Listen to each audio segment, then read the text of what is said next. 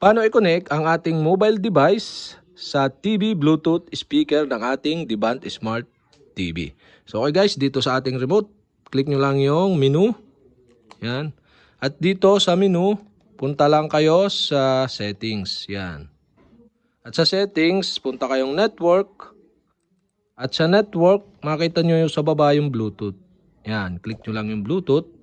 At dito sa Bluetooth, makita nyo yung TV Bluetooth speaker. So, mobile devices are connected to TV via Bluetooth. Audio is play via TV speaker. So, once na nakakonect yung ating mobile device at nag-play tayo ng music, so, lalabas or makikinig nyo sa Diband Smart TV natin. So, okay, click na natin yung TV Bluetooth speaker. At yan, ganyan ang lalabas. At pag ganyan ang lumabas, dito na tayo sa ating mobile phone. Punta lang kayo sa settings ng inyong mobile phone. At dito sa settings, punta kayo sa Bluetooth. Yan, make sure na naka-on yung Bluetooth.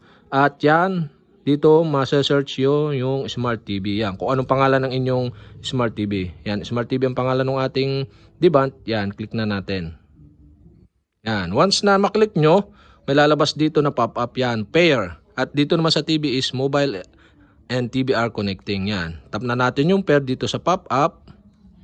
Yan. At yan. Okay, successful na connected tayo sa ating Smart TV itong ating mobile phone yan. Ganun lang kadali mag-connect at pwede na ninyong mag-play ng music dito sa inyong mobile phone na makikinig or lalabas ang sound sa inyong Diband Smart TV. Okay? So, ganun lang kadali. At kapag may mga katanungan kayo, mag-comment lang kayo below. At kapag hindi ko pa kayo subscriber, mag-subscribe lang kayo sa aking YouTube channel. I-click nyo lang ang subscribe button at ang bell para updated kayo sa mga video tutorial like this. Okay? Thanks for watching.